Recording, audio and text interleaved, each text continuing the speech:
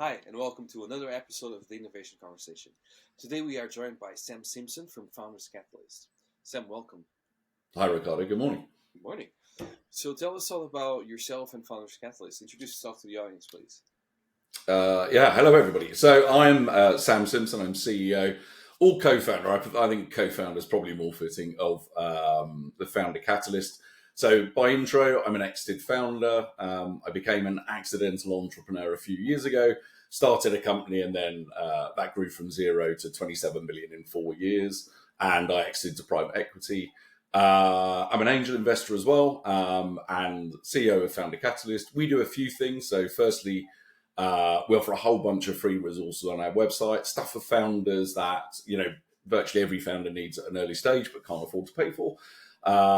Secondly, we help people get SEIS, EIS advanced assurance, which are SEIS and EIS are amazing tax relief schemes in the UK, and they're a game changer. If you're trying to raise in the UK, they're essential and you need to know about them. We do legal funding around paperwork, and we make intros between our customers and potential sources of funding.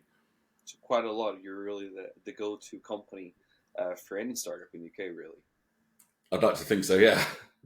Because the range of services you offer is I don't think any startup can actually launch their business without going through one of your services. There's just no way around that, right? Especially the SEIS and EIS. On that topic, I was going to ask you, how did you get started? I mean, what was the motivation to start the company? So my journey was not straightforward. I never intended to be an entrepreneur. I started out my career as a technologist, so I'm a reformed geek, so degree in computer science and those kind of things. Spent years and years and years delivering technical solutions, delivered £100 million project for a secure government customer. And ultimately, I worked for the same company for 15 years happily. I went from being the most junior engineer up to tech director. And then, it was a really fun journey until January 2013. That business disappeared literally overnight. So they were a private equity-backed, bank debt-laden business that they bought a dozen different companies over 15 years, loads of debt, and bolted them together with the aim of building kind of a huge business. Unfortunately, they overextended, and that business literally disappeared overnight, which is amazing. I mean, it had 2,500 employees. It had nearly £500 million in revenues. It's just a ridiculous story, really. That business disappeared overnight, and I found myself unemployed at the end of January. And it was eye-opening. It was absolutely brutal. Because of the way the company was run, at the end of January, the liquidators were called in, the administrators, sorry. And they said to every employee, there's no pay for January. Bearing in mind, it's the 28th of January. You're not getting paid. There's no redundancy pay, no pay in lieu of notice. We're not paying your expenses or bonuses or anything like that. Basically, they threw us out on the street with no money, which was pretty harsh for 2,500 people. I kind of decided to take my destiny in my own hand. I'd always worked on the basis that, if you do the right thing in a job and, you'll keep getting promoted and life will be good. That turned out not to be the case for me. So I started my own company, hence why I became an accidental entrepreneur. And that business did really well. We did $500,000 in our first 2 months, 5 million in our first year, and then grew to nearly 30 million in about 3.5 years. Now, my co-founders wanted to do a buy and build, so borrow loads of bank debt and take on PE cash to buy businesses and bolt them together. Mm-hmm. If you were listening at the start of that story, I'd been through that and it didn't end too well for me. So I shook hands with my co-founders and wished them well with their journey, but I exited with a wheelbarrow full of cash then. Now, anybody that knows me knows I'm really, really passionate about SEIS and EIS, the tax relief schemes, and hopefully we'll get to talk more about the benefits of those in a minute. But actually, I invested in my own business under EIS. So when I came to exit, it saved me and my co-founders genuinely millions in capital gains tax on an exit. So funny enough, once I'd exited, I was a massive fan of SEIS, EIS. I'm like, right, how else can I use this magical tax relief? So I started angel investing at the start of 2018. Over the last 6 years, I've got 32 investments and about $750,000 deployed. And there is a point to this story. Sorry, Ricardo. But I kept bumping into loads of founders at pitch events. There's a really lovely example. I met a guy who had a PhD in AI. He was a hedge fund trader, a part-time lecturer in UCL, and he had in his spare time built AI software to do commodities forecasting using AI. And I'm like, that is investor bingo right there. I think I literally threw my checkbook across the room at him. Anyway, I heard him pitch, and he was just absolutely amazing. He had 3 amazing customers lined up to trial his software, and he had a team ready to go. All he needed was a little seed capital to get going. Yeah. So I took him for a drink afterwards, and I asked him the usual investor questions. Do you have a term sheet? Have you got SEIS, EIS, advance assurance? What's your pre-money valuation? Blah, blah, blah. And he said, I'm going to stop you there. I've got no idea what you're talking about. I just don't understand how this game's played. And I'm like, this is ridiculous. This guy is the, if he doesn't understand how to play the game, then nobody does.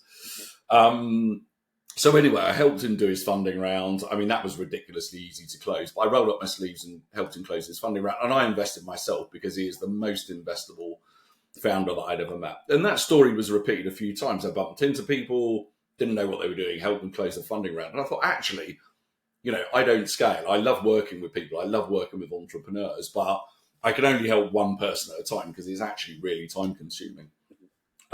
So I started FounderCatalyst to scratch that itch, which is a way that can help people in the same way I helped Tristan back in the day, can help people do funding rounds, but using technology to take the heavy lifting out of the way. Yeah, because SEIS, so if you want to tell our audience a bit more about SEIS, because they are a lot of early stage founders amongst the audience, what exactly is it and why is it so important? Because I don't think people fully realize how massive it is and how big of a help it is, both for their business and also for the investors. So if you want to explain a bit more about that to the audience. Yeah, for sure. So there are 2 schemes, SEIS and EIS. SEIS is Seed Enterprise Investment Scheme, and EIS, which is the big sister, if you like, is just Enterprise Investment Scheme. SEIS is it's usually used for first funding rounds, so first 250K, very early stage, and then people move on to EIS after that, when they've either used all their SEIS or they're out of time. Let's focus on what SEIS does first. And it's worth mentioning, both of these schemes are tax relief schemes just for the investor. So there is no direct benefit to the founder at all, or the startup. There's no tax relief or anything. So lots of founders kind of go, well, why do I care? Well, the answer is if, there are thousands of businesses out there offering amazing tax relief scheme to investors, and we'll come on to that in a minute. If you're not also offering the same tax relief, then, investors just aren't going to be interested in your business. There's a second soft benefit to founders as well. So SEIS and EIS is really prescriptive about the rights and protections that I can request as an investor. So I'm not allowed to have things like liquidation preferences or anti-dilution or no dilution and things like that. Now, you may not know what those terms mean, but let's put it this way, they are very investor friendly and therefore very founder unfriendly terms. So if you're a founder looking to raise money, you want the most founder friendly terms you can possibly get, certainly at an early stage anyway, but at any stage really. And SEIS and EIS mandate that, investors can't ask for those really punchy VC type terms. So that's another soft benefit for you as a founder. Anyway, let's cut to the chase and talk about the tax benefit for investors, which is the primary cause. So, let me give you an example. If I put £10,000 into a startup under SEIS, then the government gives me back 50% income tax relief almost immediately with some caveats. So I put 10 grand in, the government gives me £5,000 back against tax I've already paid, which is genuinely amazing, right? It's just that is on its own good enough for most investors. But there are 3 other benefits that I'm going to talk through as well. The second benefit is capital gains tax exemption. So if I invest in your business, I've already had half my cash back. But when I come to exit, if you imagine you turn my £10,000 into £1 million after 3 years, so 100 times return, as long as the business and everything continues to follow the scheme rules, then on an exit, I don't pay a penny in tax on that increase in value. Now, normally I would pay 20% of the £990,000 profit, if you like. But under SEIS and EIS, there's no capital gains tax to pay at all. So it's totally CGT exempt. And that's what I benefited from in my business. I invested a relatively modest sum up front. And then when I exited for many millions, I didn't pay a single penny in capital gains tax. It's genuinely amazing. The third benefit isn't quite so cheery, I'm afraid, but it's inheritance tax relief. So if I invest in your business, I've put my £10,000 in, I've had half of it back already. If I die after 2 years of holding your shares, I did warn you it wasn't cheery, then the shares pass to my estate outside of an inheritance tax calculation. So they are free of inheritance tax entirely, which is, again, a massive, massive tax saving for your for the beneficiaries of your estate. And those beneficiaries pick up the share and they don't pay CGT on an exit as well. So it's kind of a triple relief in that case, even though it's a pretty sad scenario. The final relief is something called loss relief. So the reality is investors know that 7 out of 10 startups will fail for whatever reason. You know, there's lots and lots of reasons. And there's another relief called loss relief. So imagine I've invested 10K, I've got 5K back. If the business fails for whatever reason, and this doesn't have to be after 3 years, it can be after 6 months or whatever, then the government will give me back another 22%, depending on my prevailing personal tax position. They'll give me back another 22% of my cash, or another 2,200 quid.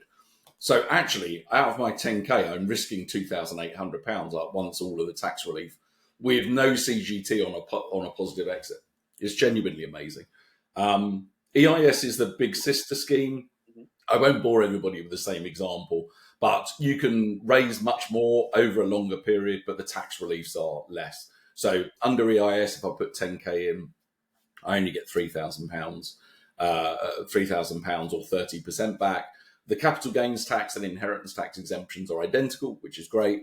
And the loss relief is proportionally less as well. Interesting. I guess, let's be honest, these are massive advantages for both the startup and investor. How impactful do you think they are in the ecosystem?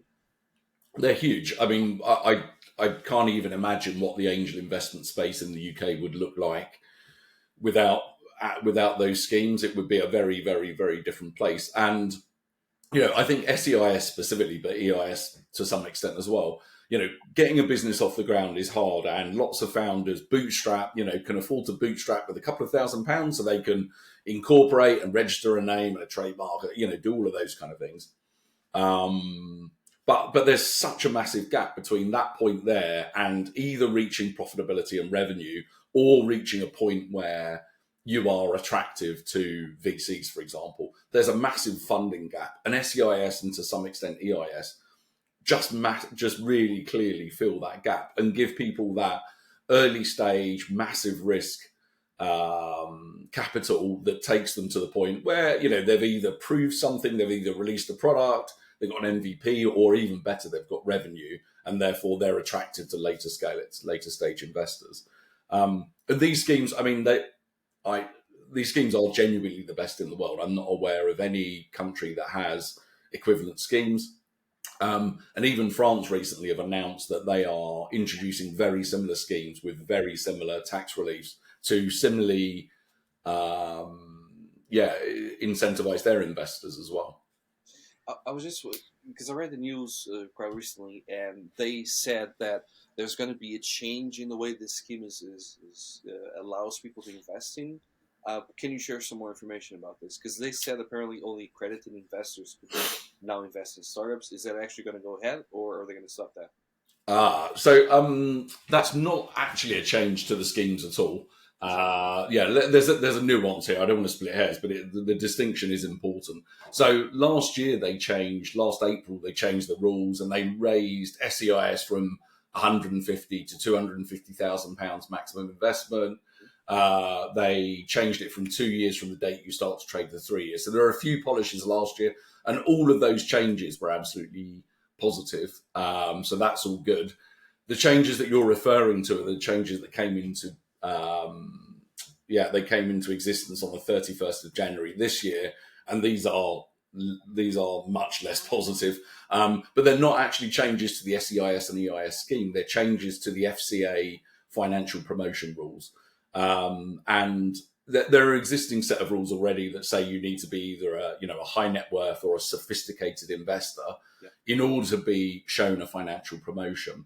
And what the Financial Conduct Authority, what the government's done actually, because it's a piece of legislation that's implemented this. So it's the FCA recommending to the government and the government making a change. But what they've done recently is changed some of the rules around both the sophisticated and the high net worth investors. To give you an example, the old rules were to be considered a high net worth as one of the example exemptions, you had to earn at least £100,000 a year, which is quite a lot. But that £100,000 has been the same since I think it's 2003 or 2005, I forget. But that amount has been unchanged for a couple of decades, and the FCA argued that actually over time and given inflation, that amount should be much more. So what they've done, there's a Bank of England calculation. You can run the calculator on the Bank of England site that shows that 100,000 back in, I think it's 2003. 20 years later, that 100,000 is 170,000. So the FCA argued that £100,000 high net worth limit should jump up to £170,000. So I get the logic. The logic is absolutely sound, but that has a massive and disproportionate impact to diverse founders and female founders. Diverse investors and female investors specifically. And there's a really interesting statistic, for example, and I'm going to mix up my geographies, but the whole of Northern Ireland and I think it's the northwest of England, those two geographies don't have a single female investor that meet the £170,000 requirement. Now, we can talk about the wage disparity between male and female and diverse workers. That's a totally different conversation.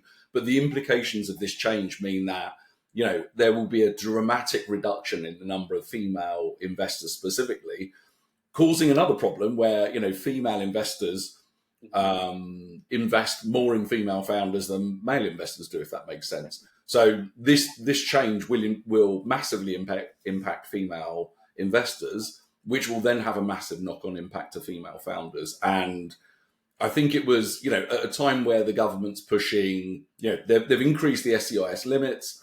Everybody is doing a really great job about promoting female founders and trying to make it a much more level playing field. UKBAA they're really championing this cause. And on the other hand, the FCA are increasing the rules to massively decrease the number of female investors in the UK via these rule changes. It's a bit perverse, really. Yeah, it kind of skews the market a bit, doesn't it? It does indeed, yeah.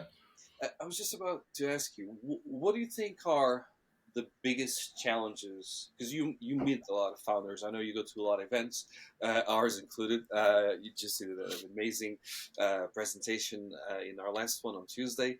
But what do you think are the main challenges that founders face, or the main things? If you could just give them one piece of advice, what would that be? Just say, look, don't fall on these mistakes, because they do happen to everyone. God, such an interesting question with so many answers. I'm going to give two pieces of advice. So the first piece of advice is, don't try and do a funding round ill prepared. So don't go and speak to investors and hope for the best. As a really bonkers example, I had a message a few weeks ago from somebody saying, "Will you invest in my business?" I'm like, I always listen to people, and I'm intrigued to hear new ideas. So I requested a copy of the pitch deck, and they went, "Oh, I don't have a pitch deck yet. Can I just talk to you?" I'm like, no, that's bonkers. So, that is absolutely ill prepared for a funding round. So what do I mean by being prepared for a funding round? So the four basic things you need are pitch deck, forecast, you need your advance assurance, and I'll come back to that in a minute. And you need a term sheet explaining what the rules, what the deal on offer is. Now, there are other things you can prepare, like a data room, your disclosures against the warranties, you can have valuation justifications and lots of things like that. But the four key things that any investor in the UK will be looking for are those documents. And advance assurance, I've introduced a new phrase there that I should probably introduce. Please, yes, I'm curious about that one. Yeah, I don't want people leaving going, well, what is he on about? So SEIS and EIS, the tax schemes, I think I've explained those to death. in order to prove that you're, as a founder, in order to prove that your investment opportunity is eligible under the SEIS and EIS scheme, there's a process that HMRC offer called advance assurance. So effectively, you build a submission pack to HMRC containing lots of information about your company, some of your legal documents and things like that.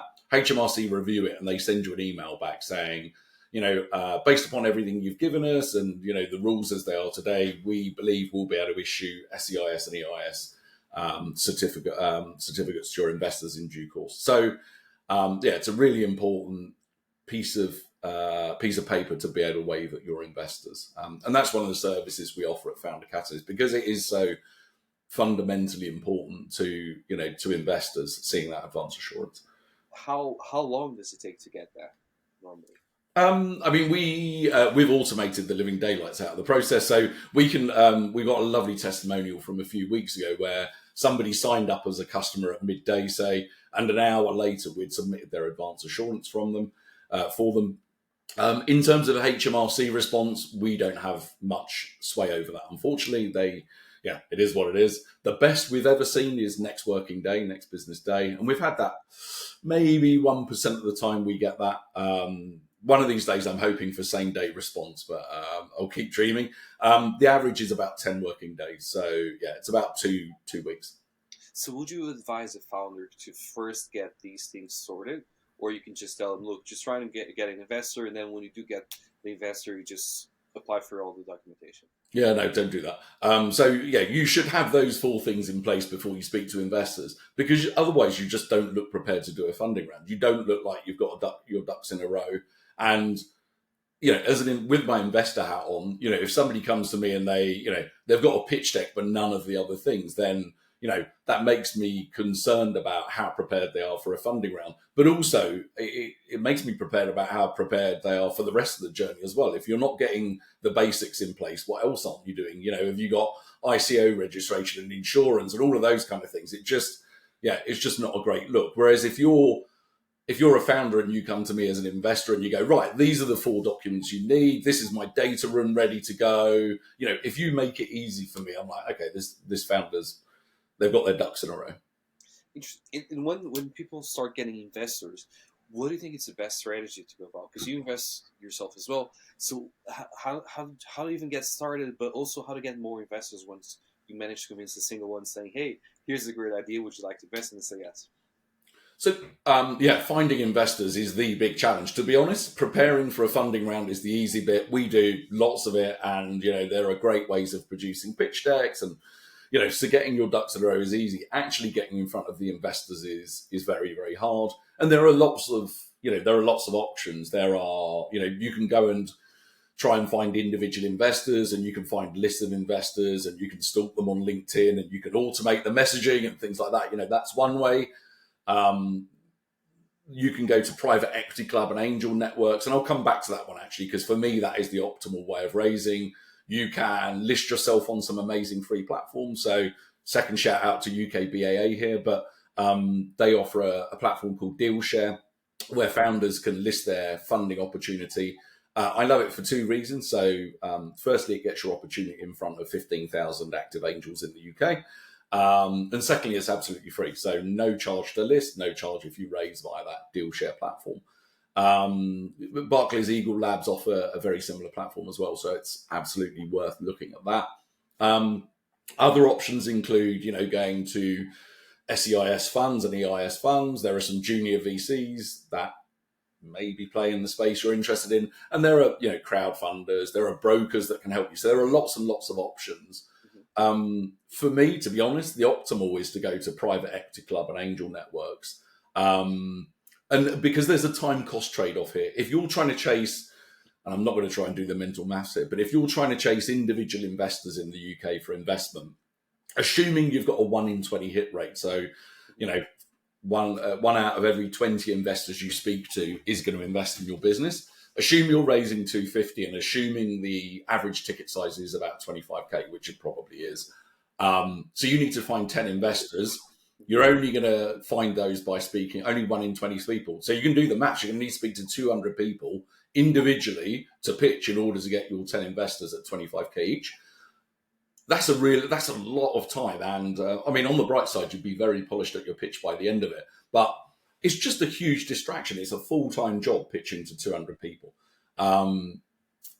That's really bad. So for me, if I were a founder, I would speak to private equity club and angel networks. There are about 100, 130 in the UK. There's a lovely map, actually, I'll share with you afterwards, Ricardo. There's a lovely map interactive map showing every angel club within the UK on a Google map. That is very useful, because it's not that it's hard to find, but it's hard to find sources that don't want to charge you for that. Yeah.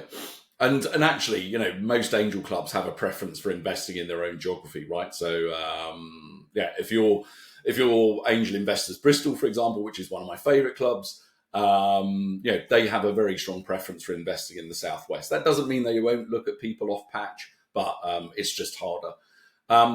So the benefit of going to those private equity club and angel networks is you get in front of 30, 50, 100 people in one go. So you're not pitching to individual people. And that will hopefully massively save your time. Usually people have to pitch to, unless you've got something dramatically wrong, 3 or 4 angel groups, and then you should hopefully close your funding round. There is a downside to that. So there's a couple of downsides. Firstly, it's not the quickest process. So you have to apply online. You have to wait until there's a slot free. Sometimes there's onboarding. So it can take a couple of months to get in front of people. And secondly, there's a fee. So you will have to pay, usually it's between 5 and 7% of any investment you raise by the club, you pay as a success fee. But at that point, you're trading off your time pitching to hundreds of people versus 5% fee for raising. And for me, that's absolutely a trade-off that's worthwhile. But that's a common fee, isn't it? Because sometimes I talk with people who make introductions, and they all say, "Look, normal fee is 5%." So if you fundraise and if they have the ability to give you all the money you need, you end up saving time, I guess, time and money, right? Because they do pretty much all the work for you. All you need to do is deliver a good pitch, and that's about it. That's it. And again, it's a trade-off of time and cost. Now, and there's no right answer here. If you're a founder with loads of time on your hands and you love pitching and then you can avoid the 5% and you can do 200 pitches, say. Personally, I wouldn't be running to do that. But it's, there's no right or wrong answer. And we've got lots, and FounderCatalyst has, hundreds of customers that have raised, without paying anybody a fee at all, just by rolling their sleeves up and hustling. I was just about to ask you, how hard is it for someone with not a lot of capital to actually go and raise funds? But I guess you just answered the question, which is you can actually do that. So you don't need to have a lot of capital at your disposal to start the journey. Yeah, and I mean, I'm probably going to do myself out of some business here, but let me kind of explain. If I were a absolutely cash-strapped founder, how I would start a business. So you can incorporate for 10 or 15 quid. That is trivial. You can find a friendly accountant that will let you use their office as long as you use them for the filings and stuff like that. You can use their office as a registered office, so you're not putting your home address on company's house, which is tip number 1, right? You can produce a pitch fee. You can produce your pitch deck. Lots of people do it for free, and there are online. There are online services like pitch.space that allow you to build a very good pitch deck for £100. It's fixed fee. You get a downloadable PowerPoint, so you can do that for £100. You can do advance assurance yourself. It's not impossible. I speak to lots of founders that do that for free. It's not without risk, and there is a 20% failure your failure rate according to HMRC, but it's possible. You can get a term sheet for absolutely free from our website without paying a penny. And we offer a minimum viable forecast model as well, which you can download. So right there, you've got 4 things. You've got the 4 basics that you need in place to speak to investors. And it's, you can probably do that for a couple of £100. Interesting. How are you finding the ecosystem right now? Do you think it's hard for people? Let me rephrase that. Not that it's hard for people to raise money, but do you think people are not investing as much as they would a couple of years ago, or money is still flowing and deals are still happening? Yeah, I mean, it's nothing like it was in 2021. That's for sure. I think there has been a dramatic change in the landscape, which has a few implications. So it's a double-edged sword, this one, but actually the early stage, so the SEIS and early stage EIS funding rounds that I've spoken about early, have weathered the storm relatively well. And they've done that because if you look at there's a company called Bowhurst that you're probably familiar with, Ricardo, but if anybody listens to this isn't familiar with it, they should get to bowhurst.com. That is for absolute certain. Now, Bowhurst track every funding round in the UK. They look at every funding round and they have some amazing statistics. So it is because of Bowhurst, I can tell you that, the average funding round, pre-seed, pre-revenue. So first funding round is 1.5 million valuation and a 250k raise. And I know that because Bowhurst published the figures, which is amazing. They produce some quarterly, half-year and yearly reports, which show the state of the nation in terms of the investment landscape. And they've got some they're not lovely, actually, they're dramatic. They've got some great graphs which show the levels of funding by the maturity of a business. So pre-seed, seed, bridge, Series A, Series B and onwards. And you can see over the last, before 2021, there are dramatic growths in, Series A onwards. So, the bulk, there's an amazing statistic, like the amount of funding that's gone into the ecosystem has tripled in the last 5 years. But if you look at where that's deployed, it's disproportionately deployed at the high end. So it's massive VCs deploying tens or hundreds of millions of pounds into Series B, C and D. The amount of money that's gone into investment at an angel level, it's increased, but nowhere near as dramatically. It hasn't increased anywhere near as much as Series A onwards. And what's interesting is the collapse we've seen over the last 2 years has disproportionately impacted those Series A onwards as well. So if you're a later stage business relying on Series A onwards funding, it's really painful. It's really, really, really horrible out there. And for lots of reasons. But yeah, that money has been disproportionately hit. But it will also disproportionately lifted in the first place. Whereas if you look at the growth pre-seed level, for example, or a seed level, the growth was less dramatic, and therefore the drop-off has also been less dramatic. And the reality, if you're raising under SEIS, there are still lots of people like me who have a tax bill to pay, and there are, I don't like paying tax, nobody does. So I use SEIS to offset that, and that hasn't changed at all. Do you think there's anything that institutionally can be done to change this landscape? Is there any, we talk a lot about the SEIS and the EIS scheme, but do you think there's anything else the government can do and just say, look, this is really going to be a game changer?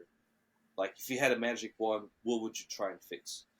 It's a really tough question. And it's hard to answer because, at a government level, like I say, SEIS and EIS are the best schemes in the world, I'm sure. And they're already doing a lot. If I had a magic wand and I could change two things, so the first is I would change the high net worth rules back to what they were before, or make it actually even easier for female investors to invest, and diverse investors, because that helps the rest of the female and diverse ecosystem. So I would do that. And there is a really weird argument, which is, I can take 100 grand out of my bank today, go to a casino and spend that 100 grand. And I could do the same tomorrow, the day after. Nobody would stop me from doing that unless I started winning and I think I'd get thrown out the casino. There's no chance of that. But yeah, there are no rules in place about me doing that as a person. But I'm not allowed to angel invest, even with the amazing tax benefits. It's just a really weird. So yeah, my first wave of the wand would be to fix that. And secondly, one of the frustrations I have in the UK is the ecosystem is so fragmented. So if I've already said that if I were raising, I would go to the private equity club and angel networks because it's a time cost trade-off. But it is still much, much more painful than it needs to be. There are 100 groups in the UK, and there is absolutely no joined up nature between those groups. So if I want to apply to all 100, guess what I need to do? I need to find them, and I will share the interactive map later. That's just genuinely amazing. Every single one of those has a very different way of applying those. So I have to find the website. I have to answer 100 different questions to every group because they've got different questions in every way. I've got to work out their website. I've got to check I meet their investment criteria. Yeah, it's just, it's just really, really painful. And what's, that's part one of that frustration.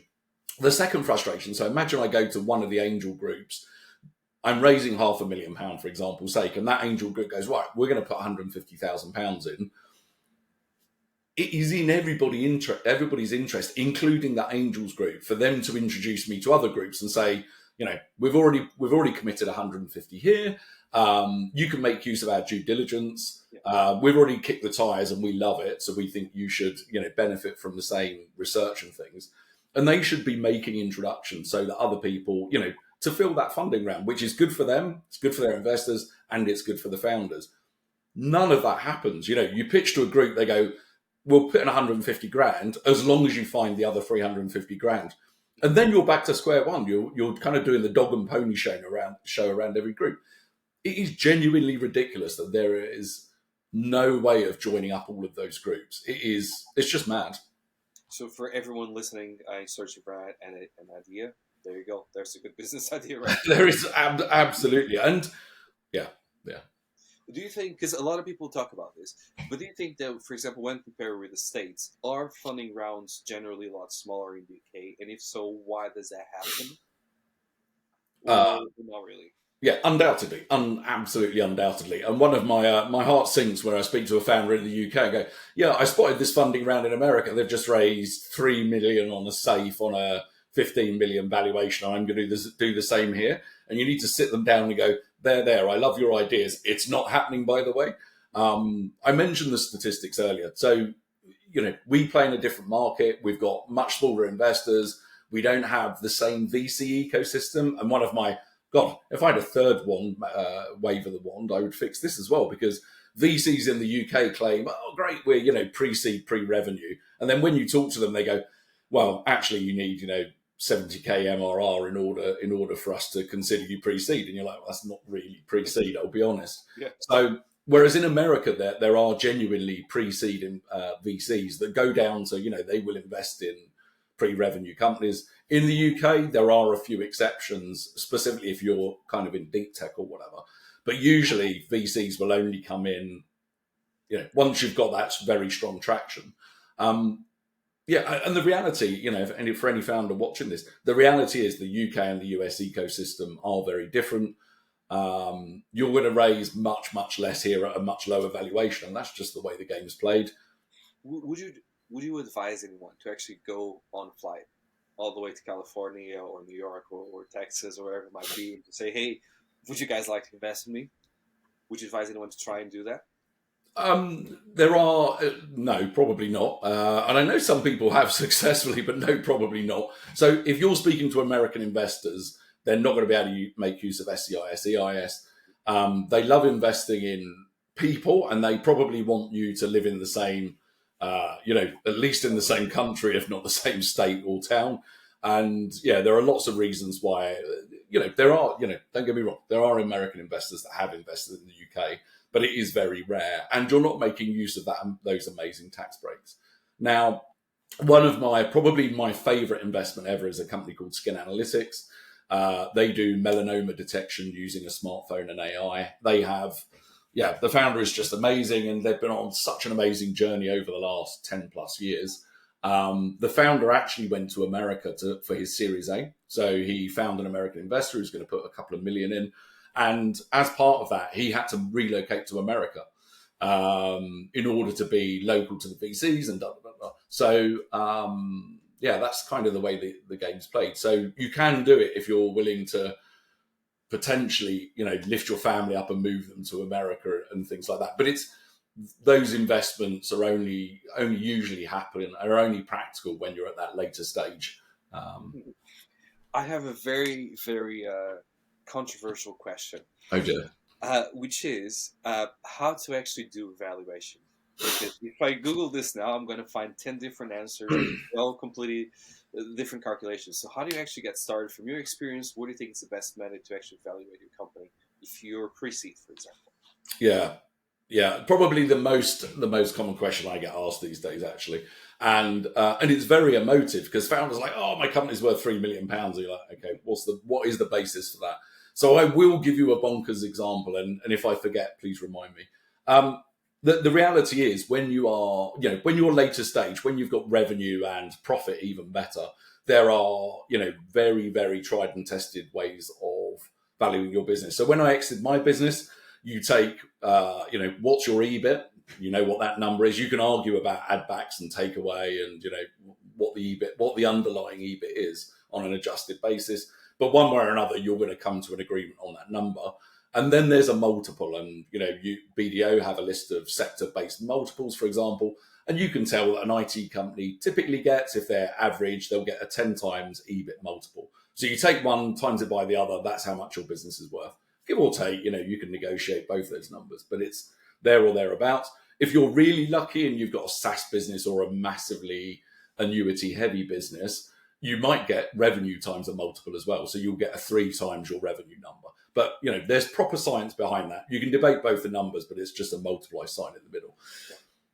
When you are earlier stage, but you're making revenue, there are discounted cash flow and VC methods. Those are, and we've got some calculators on our site you can use for free. You can download those and try them. If you're pre-seed and pre-revenue, though, none of that works. You can't use DCF. You can't reasonably use VC. You certainly can't multiply your EBIT times nothing your EBIT by a multiple because you've got 0 times 10 or whatever. Yeah. Your business is worthless, which is a problem. So there are 2 methods that are useful, and I'll combine them into one for ease of conversation.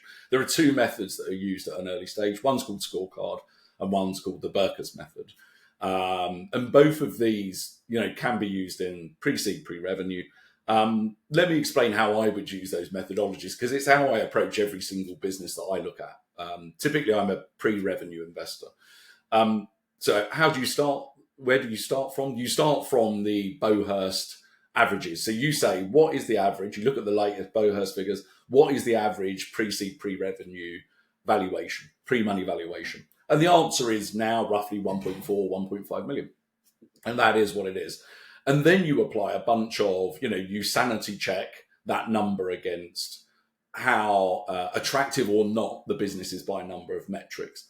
And this is where it becomes very personal to the investor, because actually what I think is important in a business is probably not the same as the next investment. There are different kind of ratings and criteria and weightings and things. For example, I think by far the most important thing in a business for an early stage is team. So I will look at the team first, and so I've got my basic of 1.5 million here. If the team has multiple exited founders, somebody with a PhD, it's got a well-rounded team of 3 where they've got somebody who's the techie, somebody who's the business brains, and somebody who's going to slog on the phones and sell things. Well, great. You've got 3 people. You've got a perfect team. You probably add 500,000 to the valuation at that point, all things being equal. If you've got a sole founder, never built a business before, blah, blah, blah, you may take 100 or 200,000 off of the 1.5 million. You then look at, the defensibility, for example, as the next thing. You say, right, have they got patents in their idea? Is there some secret source or know-how? Or is it just a Me Too business? Is it just something that anybody else could copy with no defensibility? If it's got somebody's got a PhD in the subject and a patent and you may add, another couple of £100,000. If you're making something that is eminently copyable, you'll maybe knock another 100 or a couple of hundred. And you do this through all of the key criteria that's important to me as an investor. And ultimately, I'll come up with a number. And maybe the number will be just over 2 million quid, or maybe the number will be just under £1 million. It's very unusual. Yeah, it would be very unusual for me to consider investing something pre-seed, pre-revenue if it goes much above 2 million. And the maths don't really work out that well if it goes, below 800,000 or whatever. So let me give you a bonkers example of how this game shouldn't be played. There was a founder who used an accountant to come up with a valuation. The accountant should be struck off probably, but they did 3 different valuation methods. They did even though the company was pre-seed, pre-revenue, and 2 of these valuations don't make any sense, they did a scorecard method, which came up with a valuation of about 1.4 million, which is probably where the business should have been. It wasn't, I wouldn't have invested in it anyway, but that's probably okay. The other method was DCF, and that came up with a valuation of about 350 million. Now, do you see the difference between 1.5 and 350 million? It's a big difference, yeah. Yeah. They then did a VC method, which I think was even more bonkers. It was, 400 million or something like that. Okay, so 1.4 to 400 million. That's a big Yeah, difference. 1.5, 350 million, 400 million. Now, anybody with any common sense would look at that and say, actually, there's something dramatically wrong here because there's such a big difference between the three numbers. Anyway, the accountant didn't do that. He did a weighted average between the three numbers. He did a 20-40-40 split, actually, which doesn't make it any better. And the valuation came out at about 200 million. Now, yeah, needless to say, he didn't get funded. And the reality is, a good sanity check would have been, what does normal look like according to Bowhurst? Even with a little, even if he thought his business was better than that, he shouldn't have gone much more above 2 million. And one of the things we do in FounderCatalyst, every time we speak to customers, we say, what are you raising? What's your valuation? And we sanity check that. And it's actually quite difficult because, the conversation you have is telling people why they're not going to raise what they want at the valuation they want, and just bring people back to what market standard looks like. Do you think it's a good indicator for an investor to look at a founder, and if they come up with a crazy valuation like you just mentioned, and just say, you know what, you're so out of touch with reality and the facts and figures we look at that I'm not even going to spend my time looking at it because it just doesn't make any sense. Do you think that's... Yeah, I mean, what you want when you're speaking to a founder, you are checking that they are, sensible, bright. They're going to do the right thing whilst building the business while nobody's looking. If you've got somebody who genuinely thinks their business worth 200 million quid when the average is 1.5, yeah, it's not a great look. And I would just walk away in that example, you would just run for the hills. Now, there is a slight nuance to this as well, where even if you're not quite as ridiculous as 1.5 to 200 million, that is mad. But even if you are, and I see lots of founders falling for this one. Imagine, your valuation should be about 1.5 million, but you kind of like, well, I'm going to make it 4 million and see what happens. There's a really good analogy I use with when I'm going to buy a car. So if I want to spend, £50,000 on a car, I'll walk into the garage. If there's a car for £60,000, I might try and negotiate and beat them up, and maybe I'll get to 53 and everybody's happy or whatever. If there's a car for 200k sat on the lot, I'm just not going to look at it. I'm not going to test drive it. I'm just going to completely, I'm going to walk away from that immediately. And the same analogy kind of works for startups. If I see somebody who I think should be valued at 1.5 with a 4 million valuation, I'm just going to go, well, there's no point having the conversation because, there's just such a big gap to bridge. Now, actually, the founder will probably, unfortunately for them, find out that their valuation should be about 1.5 million. But by that point, the hundreds of investors have walked away because it's just so out of kilter. It's funny you use the car analogy because it's the same thing whenever you have someone selling their car. They always assume they're selling, the top-end Ferrari. Yeah. In reality, they're probably selling, a Vauxhall or something like that, a Vauxhall Corsa. It doesn't look like a Ferrari. It's not a Ferrari. But yeah, it's a tricky one. Sam, as we're closing, and I think we could actually talk for days about all these things, but as we're closing the end of this episode, if people want to reach out to you and find you, where can they do so?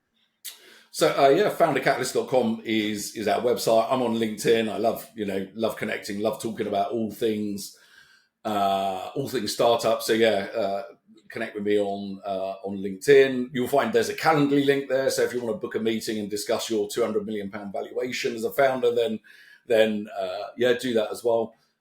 It's worth mentioning. So something I'm really, really proud of, probably, and sometimes you start something that you think is going to fizzle and not work out, and it actually works much better than you think. But within the Founder Catalyst family, we've got a WhatsApp community, which sounds daft actually, but it's got well over 200 founders on it now. And it's just such a lovely community where everybody there can ask questions on, if it's fundraising, then great, we'll, provide support and guidance. But, they're asking each other has anybody heard of this investor, or does anybody know an accountant that specializes in R&D tax credits, or does anybody know a developer in Lithuania, or whatever it is. You can ask any question, because there's so many people on the group and everybody kind of rolls their sleeves up and helps each other. You'll get sensible answers. So, we'd love people to come and join that as well as founders. How can people join that community? become a customer. So sign up to FounderCatalyst, create an account. As you onboard for an account, there's you enter your mobile number and indicate you want to sign up to that community. Thank you, Sam. That's been absolutely brilliant. Thank you so much for your time. And I look forward to seeing you, because we're actually going to run a course together on how to build your business in 6 weeks. So if anyone listening wants to listen to Sam and get his advice and expertise, make sure to sign up for that. And Sam, thank you so much for your time today. It's been a pleasure. Thank you. Thanks, Ricardo.